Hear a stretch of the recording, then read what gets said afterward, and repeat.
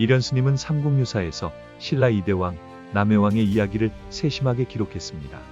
남해왕은 신라를 세운 혁거세와 아령부인의 아들로 태어나 어머니인 아령부인의 사랑과 가르침 속에서 자랐습니다.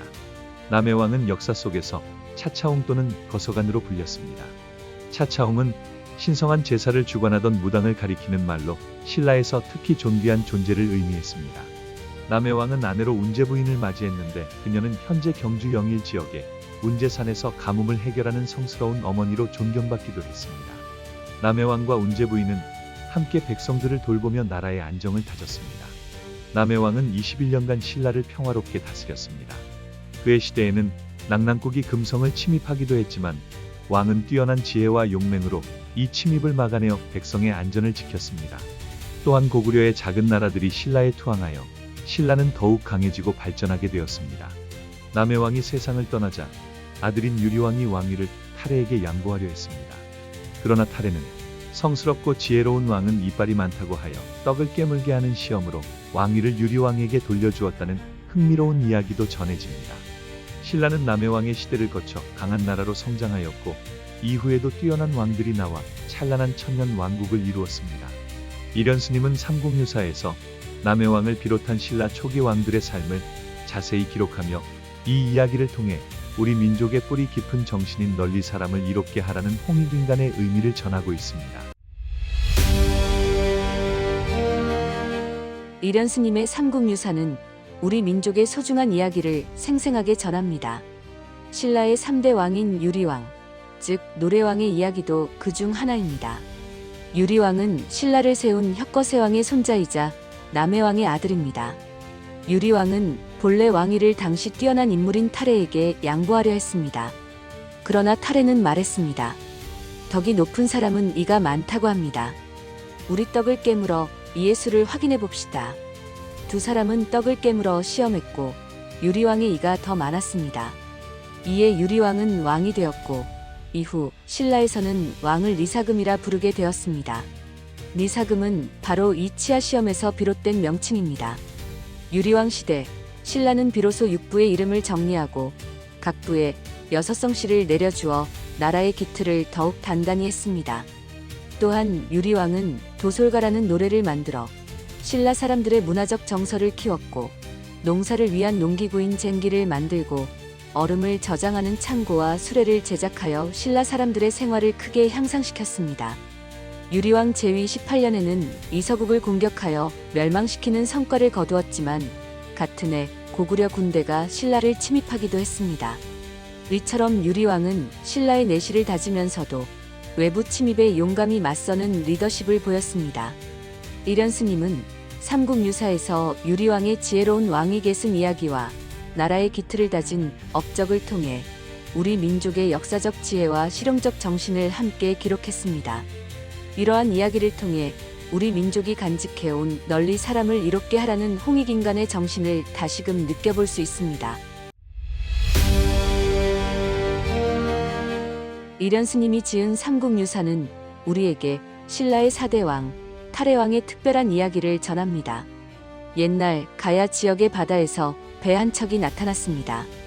가야의 수로왕이 그 배를 맞이하려 하자 배는 호련히 날아가 버려 신라의 계림 땅, 지금의 경주로 향했습니다.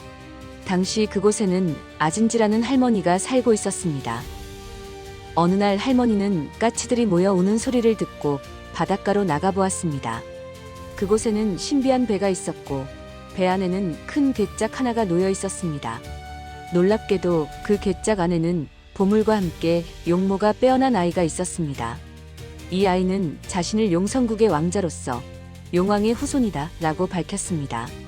용성국에서 특별한 알로 태어나 바다를 떠돌다가 신라 땅으로 오게 되었다는 것입니다. 이 아이가 바로 탈해입니다. 탈해는 자라면서 지혜롭고 뛰어난 인물이 되었습니다. 당시 신라 남해왕은 탈해의 지혜를 알아보고 자기 딸을 시집 보내어 탈해를 사위로 삼았습니다. 탈해는 꾀를 내어 신라의 귀족이었던 호공의 집을 얻어내었고 그때부터 신라에서 뿌리를 내렸습니다. 탈해는 신라 3대 왕 유리왕의 뒤를 이어 신라의 4대 왕이 되었고 나라를 크게 안정시켰습니다. 타레는 자신이 바다를 건너온 신비로운 이야기를 기억하여 자기 성을 석이라 하였다고 합니다. 후세 사람들은 그가 알을 깨고 괴짝에서 나온 사람이라는 뜻으로 타레라는 이름을 붙였습니다. 삼국유사에 기록된 타레왕의 이야기는 신라가 바다 너머의 다양한 문화와 소통하며 성장했다는 사실을 상징적으로 보여줍니다. 우리 민족의 널리 사람을 이롭게 하라는 홍익인간 정신 또한 이처럼 열린 마음에서 비롯된 것입니다. 이련 스님의 삼국유사에는 신라 김씨 왕족의 시조 김알지의 신비로운 탄생 이야기가 기록되어 있습니다. 신라 탈해왕 시대 어느 밤 호공이라는 사람이 월성의 서쪽 숲 시림에서 산책을 하고 있었습니다. 그런데 갑자기 숲속에서 환한 빛이 하늘까지 비추고 있었습니다. 빛 속에서 자줏빛 구름이 하늘에서 땅으로 드리워져 있었고 그 구름 가운데 황금으로 된 작은 괴짝이 나뭇가지에 걸려 있었습니다. 신기한 빛이 그 괴짝에서 흘러나왔고 괴짝 아래에서는 하얀 닭이 울고 있었습니다. 이 놀라운 광경을 보고 호공은 곧바로 탈해왕에게 이를 알렸습니다. 왕은 직접 숲을 찾아가 황금 괴짝을 열었고 그 안에서 갓 태어난 신비한 남자아이가 나타났습니다. 아이는 마치 혁거세왕이 처음 세상에 태어났을 때처럼 빛나는 모습이었습니다. 왕과 신하들은 이 아이를 소중히 안고 궁궐로 돌아왔습니다. 그 뒤로 아이를 따르며 새와 짐승들이 춤을 추듯이 기뻐하며 따라왔습니다. 왕은 이 아이에게 신라 말로 작은 아이를 뜻하는 알지라는 이름을 붙였고 가장 길한 날을 택해 그를 태자로 세웠습니다. 하지만 알지는 왕위를 양보하여 직접 왕이 되지는 않았습니다. 황금 괴짝에서 태어났다고 하여 사람들은 그에게 김이라는 성을 붙였습니다. 김알지로부터 시작된 신라 김씨는 이후 훌륭한 인물들을 배출하며 신라의 역사를 이어갔습니다. 이련 스님은 이 이야기를 통해 신라 왕족의 신성한 기원을 전하고 하늘과 땅의 기운이 어우러져 왕실을 이루었다는 믿음을 보여줍니다.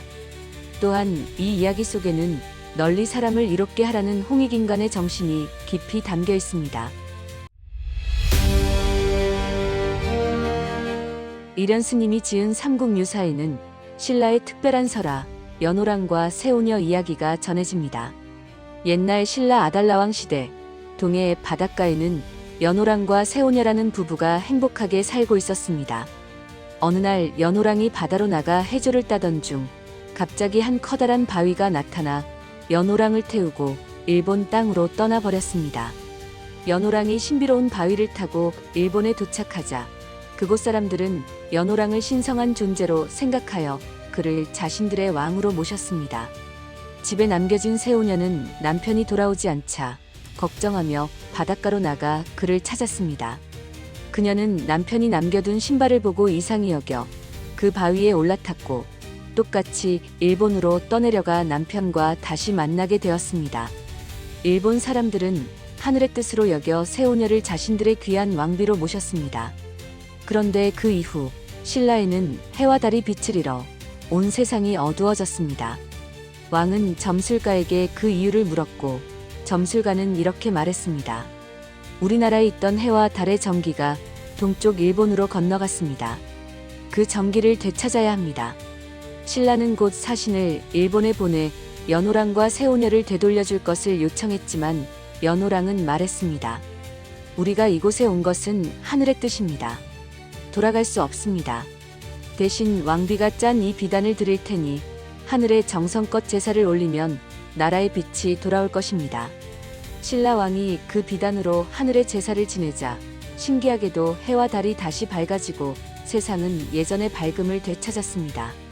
이 비단을 보관한 창고는 귀비고라 불렸고 제사를 지낸 장소는 오늘날 포항의 영일현이라고 전해집니다. 일련 스님은 삼국유사에서 이 이야기를 통해 신라 사람들의 믿음과 하늘과 인간이 하나로 연결되어 있음을 전합니다. 서로 다른 나라 사이에도 교류와 소통이 있었고 우리 민족의 역사는 그렇게 열린 마음과 함께 성장했습니다.